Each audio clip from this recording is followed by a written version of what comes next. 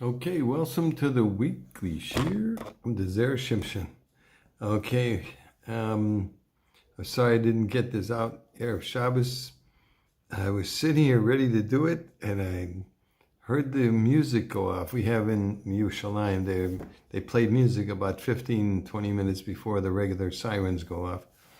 And, of course, they're Makabel Shabbos 40 minutes before the Shkia, like the rain. So I said to myself, what time is the Shkia? What time is candlelighting here?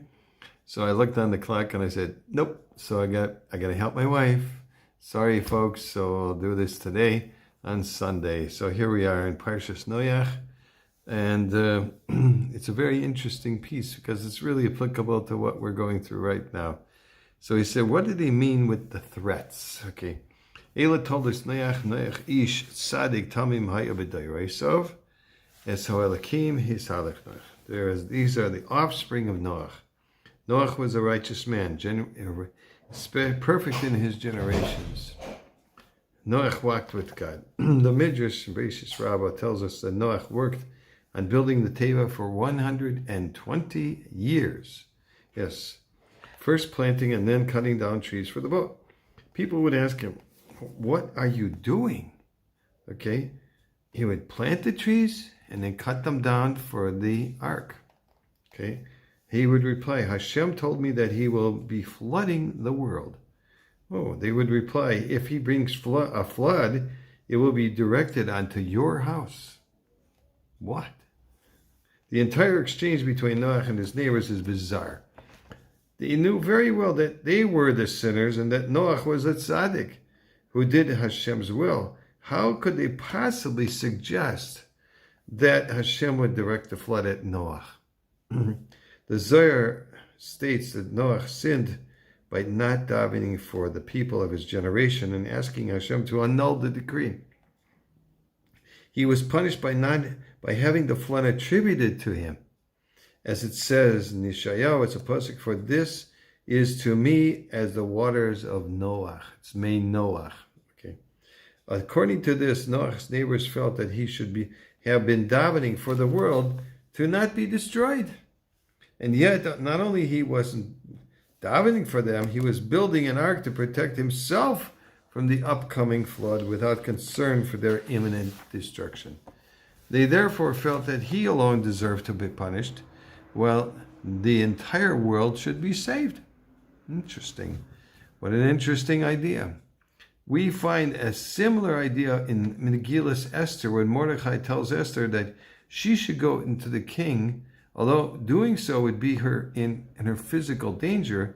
Mordechai told Esther that the entire Jewish people was in jeopardy and sacrifices had to be made by the individual on behalf of the klal. In fact, the Gemara in Taanis points out that when a tzibur is suffering, a person should not comfort himself and say, I have enough of my own needs. I don't have to worry about anybody else.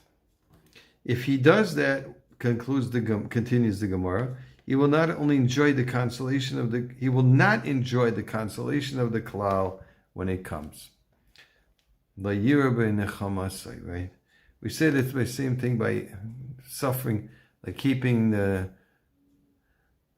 Tisha B'Av and all the fast days for the Churban. You know, if we don't suffer with the tzibur, with their sorrows, then we will not see their consolation when it comes either. We find a similar idea in Makkos 11a.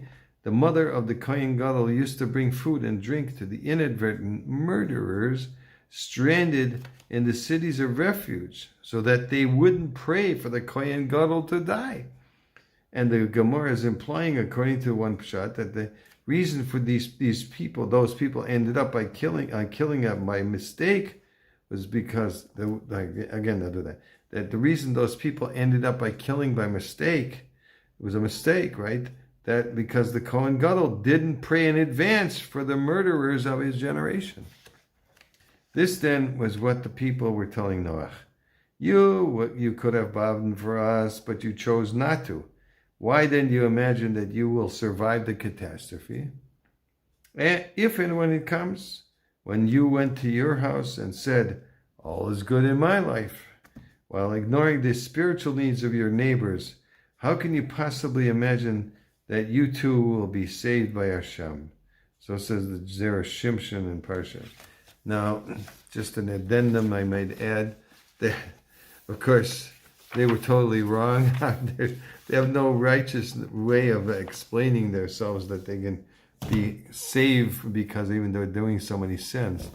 It goes on and to explain a little bit more that